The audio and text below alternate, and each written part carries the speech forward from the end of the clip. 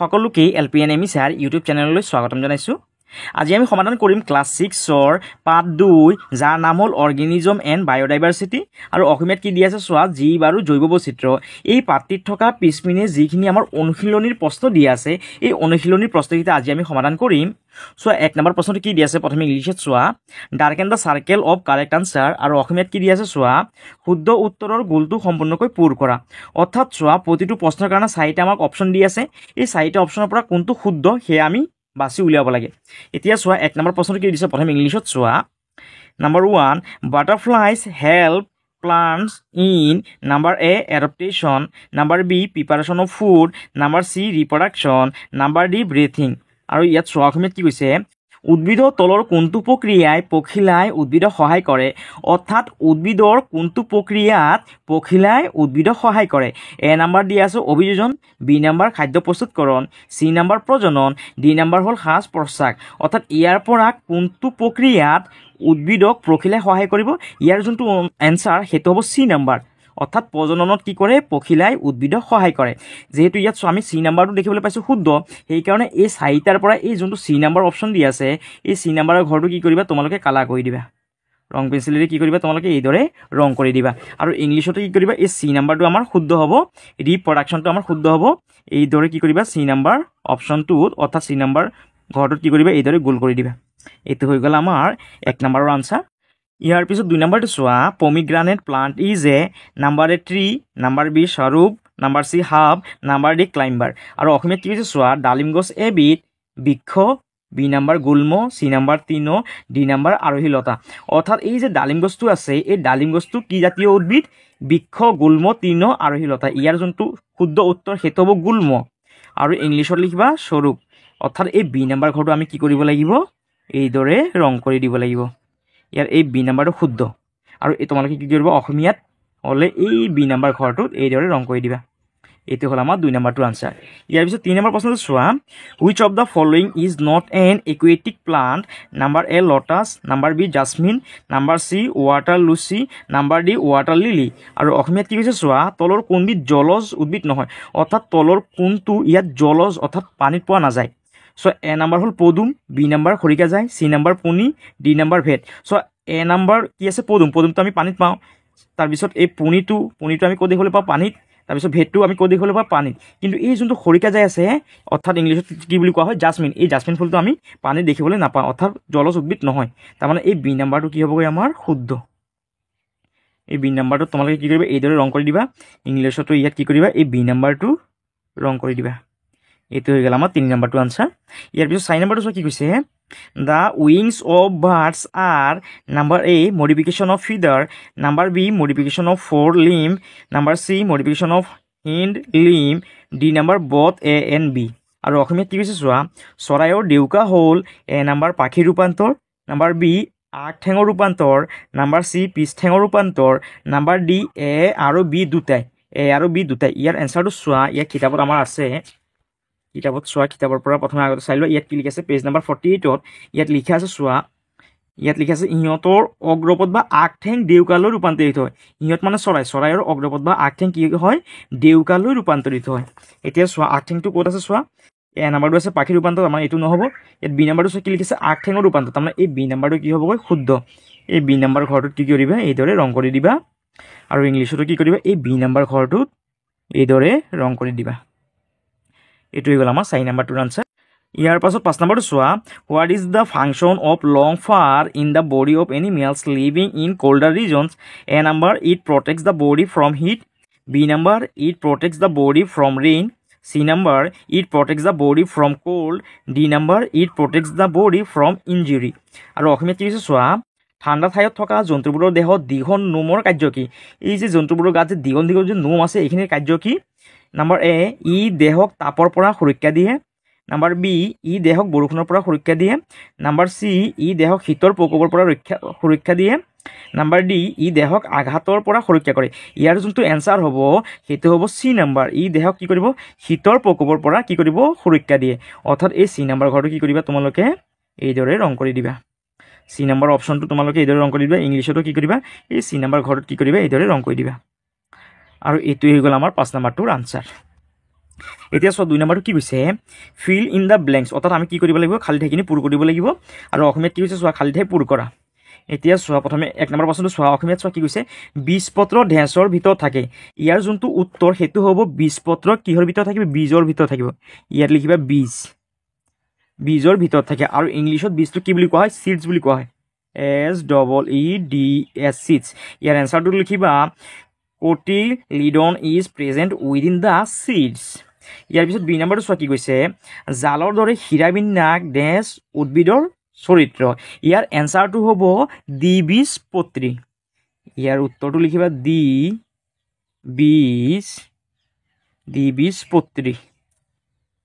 দ্বিবীজপত্ৰী উদ্ভিদৰ চৰিত্ৰ অৰ্থাৎ জালৰ দৰে হীৰাবিন্যাস দ্বিবীজপত্ৰী উদ্ভিদৰ চৰিত্ৰ আৰু এই দ্বিবীজপত্ৰীটোক ইংলিছত কি বুলি কোৱা হয় ডিকট বুলি কোৱা হয় ডিকট প্লেন বুলি লিখিবা তাৰপিছত চোৱা 3 নম্বৰটো camels store dash in its hump আৰু অসমীয়াত কি কৈছে চোৱা উটৰ কোষটোত ডেছ জমা হৈ থাকে ইয়াৰ এনসাৰটো হ'ব খাদ্য কি লিখিবা খাদ্য চোৱা ইয়াৰ এনসাৰটো 46 নম্বৰ পেজত দিয়া আছে 46 নম্বৰত চোৱা ইয়াত দিয়া আছে কি উটবোৰ খাদ্য নিজৰ কোজত সংৰক্ষণ কৰি ৰাখিব পাৰে চোৱা কোজত কি কৰিব পাৰে খাদ্য সংৰক্ষণ কৰি ৰাখিব পাৰে হয়নে আৰু এই খাদ্যটো ইংলিছত কি বুলি কোৱা হয় ফুড বুলি কোৱা হয় এইকাৰণে অসমীয়াত লিখিবা উটৰ কোষটোত খাদ্য জমা হৈ থাকে আৰু ইংলিছত লিখিবা camels store food FOOD food in its hump তাৰপিছত 4 নম্বৰটো কি লিখিছে the trees growing in mountain have dash like shape আৰু অসমীয়াত কি কৈছে চোৱা পৰ্বতীয়া অঞ্চলৰ গছৰ আকৃতি ডেছৰ দৰে ইয়াৰ এনসাৰটো চোৱা 50 নম্বৰ পেজত আছে চোৱা পৰ্বতৰ যোনখিনি গছ গছনি আছে এইখিনি আকৃতিটো কিহৰ নিচিনা শংকুৰ দৰে আৰু ইংলিছত কি বুলি কোৱা হয় কণ বুলি কোৱা হয় অৰ্থাৎ ইয়াৰ এনসাৰটো লিখিবা পৰ্বতীয়া অঞ্চলৰ গছৰ আকৃতি কি হ'ব শংকুৰ ইয়াত লিখিবা শংকুৰ দৰে আৰু ইংলিছত লিখিবা the trees growing in mountain have cone লিখিবা এইটো শংকুৰটো কি বুলি কোৱা হয় কণ CONE কণ লাইক শ্বেপ তাৰপিছত 5 নম্বৰটো কি হৈছে হলো বন ইজ এ কেৰেক্টাৰ অফ আৰু অসমীয়াত কি হৈছে ফোপোলা হাঁহ ডেছৰ এক চৰিত্ৰ এতিয়া চোৱা 48 নম্বৰ পেজত আছে ইয়াৰ এনসাৰটো কি লিখা আছে চোৱা চৰাইৰ হাড়বোৰ ফোপোলা তেতিয়াহ'লে ইয়াত আমি কি লিখিম ফোপোলা হাঁহ ডেছৰ এক চৰিত্ৰ ইয়াত লিখিবা চৰাই ফোপোলা হাঁহ চৰাইৰ এক চৰিত্ৰ আৰু ইংলিছত লিখিবা বাৰ্ডছ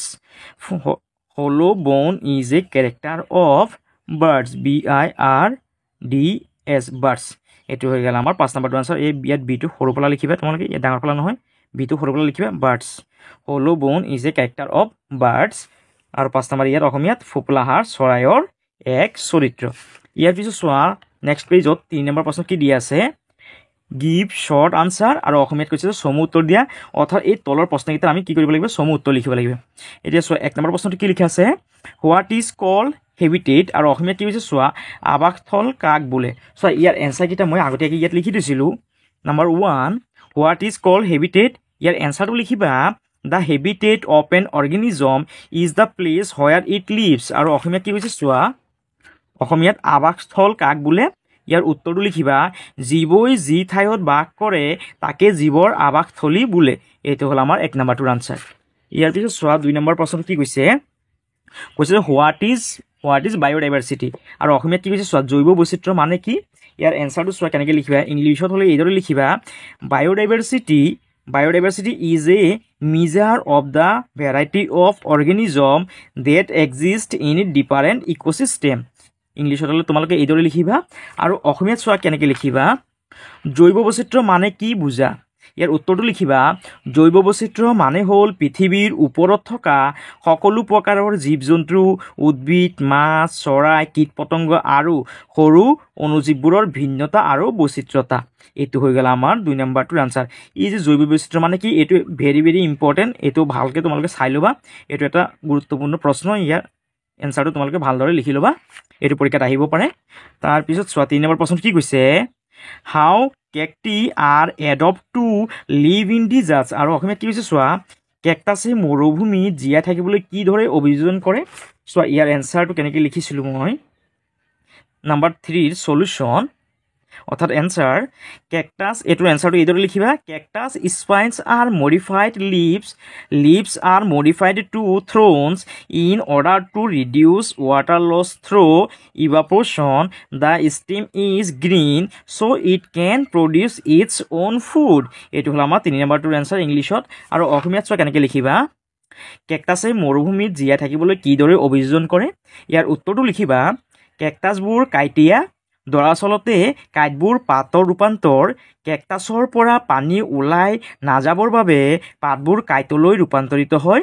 কেকটাছৰ গা গছ সেউজীয়া সেইবাবে খাদ্য প্ৰস্তুত কৰিব পাৰে এইটো হৈ গ'ল আমাৰ 3 নম্বৰটোৰ আনচাৰ ইয়াৰ পাছত 4 নম্বৰটো চোৱা right 3 common characteristic features of living beings আৰু অসমীয়াত কি কৈছে চোৱা জীৱৰ 3টা সাধাৰণ বৈশিষ্ট্য লিখা চোৱা ইয়াৰ এনচাৰটো মই আগতীয়াকৈ ইয়াত লিখি থৈছিলোঁ Number 4 write 3 common characteristics features of living being ইয়াৰ এনসাৰটো তোমালোকে এইদৰে লিখিবা 3 common এই যে প্ৰশ্নৰ লগত মিলাই লিখিবা 3 common characteristics of living being are the ability to grow reproduce and response to their environment আৰু অসমীয়াত কেনেকৈ লিখিবা চোৱা অসমীয়াত লিখিবা এইদৰে জীৱৰ 3টা সাধাৰণ বৈশিষ্ট্য লিখা ইয়াৰ উত্তৰটো লিখিবা জীৱৰ 3টা সাধাৰণ বৈশিষ্ট্য হ'ল উন্নয়ন আৰু বৃদ্ধি উৎপাদন ক্ষমতা আৰু পুষ্টি গ্ৰহণ অৰ্থাৎ চোৱা পৃথিৱীত যে জীৱখিনি আছে জীৱসকলৰ মাজত আমি কেইটামান সাধাৰণ বৈশিষ্ট্য দেখিবলৈ পাওঁ সেইকেইটা কি উন্নয়ন আৰু বৃদ্ধি অৰ্থাৎ চোৱা প্ৰতিটো জীৱে কি কৰে বৃদ্ধি হয় হয়নে অৰ্থাৎ ডাঙৰ দীঘল হয় তাৰপিছত উৎপাদন ক্ষমতা হয় আৰু কি কৰে পুষ্টি গ্ৰহণ কৰে চবে কি কৰে আমি আমাৰ খাদ্য গ্ৰহণ কৰে হয়নে সব জীৱে কি কৰে খাদ্য গ্ৰহণ কৰে অৰ্থাৎ এই পুষ্টি গ্ৰহণ উৎপাদন ক্ষমতা আৰু এই যে উন্নয়ন আৰু বৃদ্ধি এই যোনখিনি কি আছে সাধাৰণ বৈশিষ্ট্য আছে এই বৈশিষ্ট্যকেইটা আমি সব জীৱৰ মাজতে আমি দেখিবলৈ পাওঁ এইটো হৈ গ'ল আমাৰ 4 নম্বৰটোৰ আনসাৰ ইয়াৰ পিছত চোৱা 5 নম্বৰটো কি কৈছে give 3 examples of plants having leaves with parallel venation আৰু অসমীয়াত কি কৈছে চোৱা সমান্তৰাল শিৰাবিন্যাস থকা 3বিধ পাতৰ উদাহৰণ দিয়া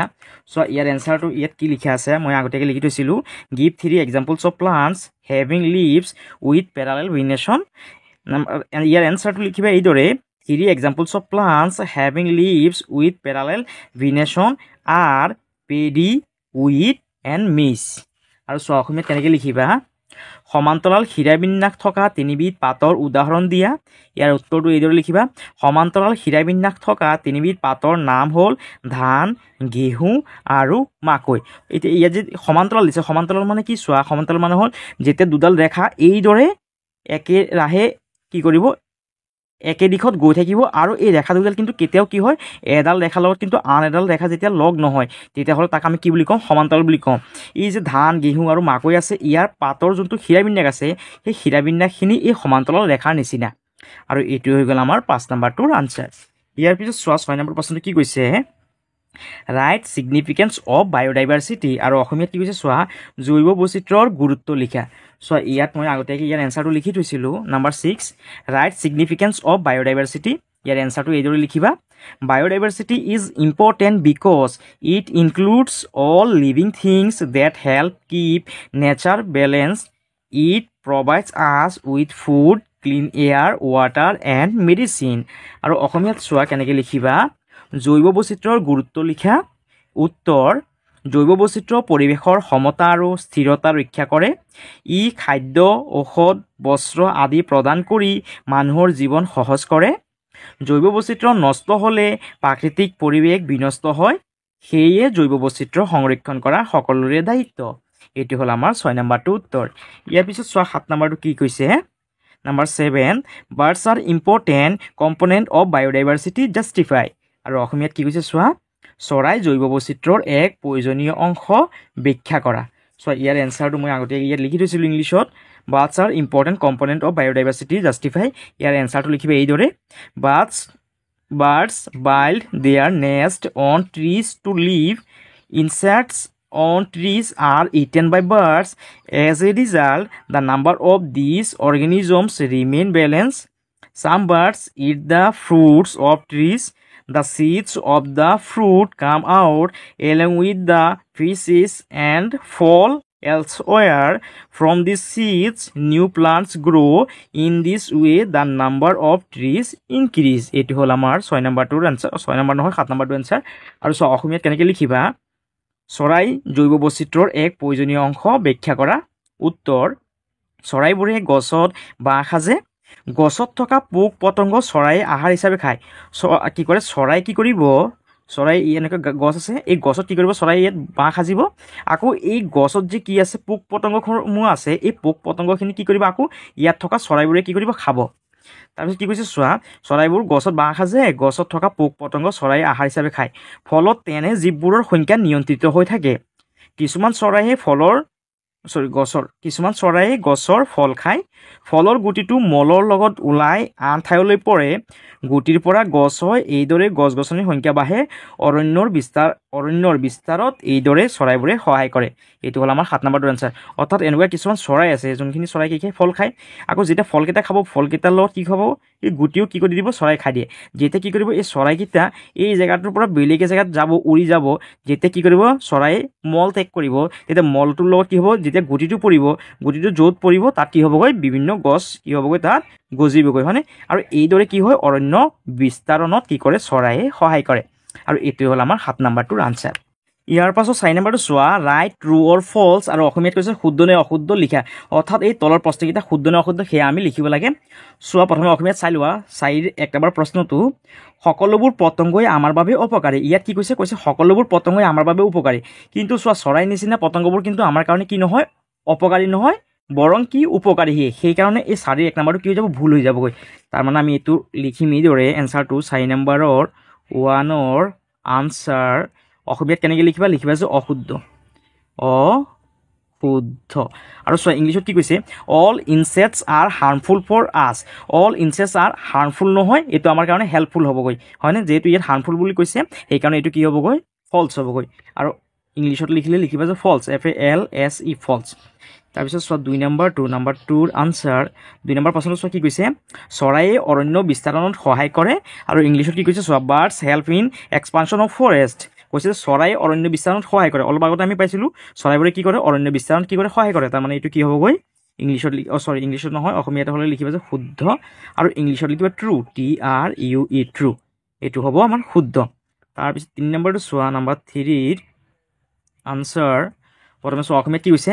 পৰিৱেশৰ সকলো জীৱৰ মাজত কোনো ধৰণৰ পৰস্পৰ সম্পৰ্ক নাই আৰু ইংলিছত কি কৈছে চোৱা there is no' interrelationship among all organisms of an environment আৰু অসমীয়াত কি কৈছে চোৱা ভালকৈ পৰিৱেশৰ সকলো জীৱৰ মাজত কোনো ধৰণৰ পৰস্পৰ সম্পৰ্ক নাই ইয়াত কৈছে কোনো সম্পৰ্ক নাই চোৱা এটা জীৱৰ লগত আন এটা জীৱৰ কি আছে কিছুমান কি আছে সম্পৰ্ক আছে হয়নে তাৰমানে ইয়াত কৈছে যিহেতু সম্পৰ্ক নাই তাৰমানে এই 3 নম্বৰটো কি হ'বগৈ অশুদ্ধ হ'বগৈ অশুদ্ধ আৰু ইংলিছত লিখিব ফলছ FALSE ফলছ ইয়াৰ পিছত 4 নম্বৰটো চোৱা নম্বৰ 4ৰ এনচাৰ প্ৰথমে ইংলিছত চাই লোৱা কি কৈছে the loss of biodiversity will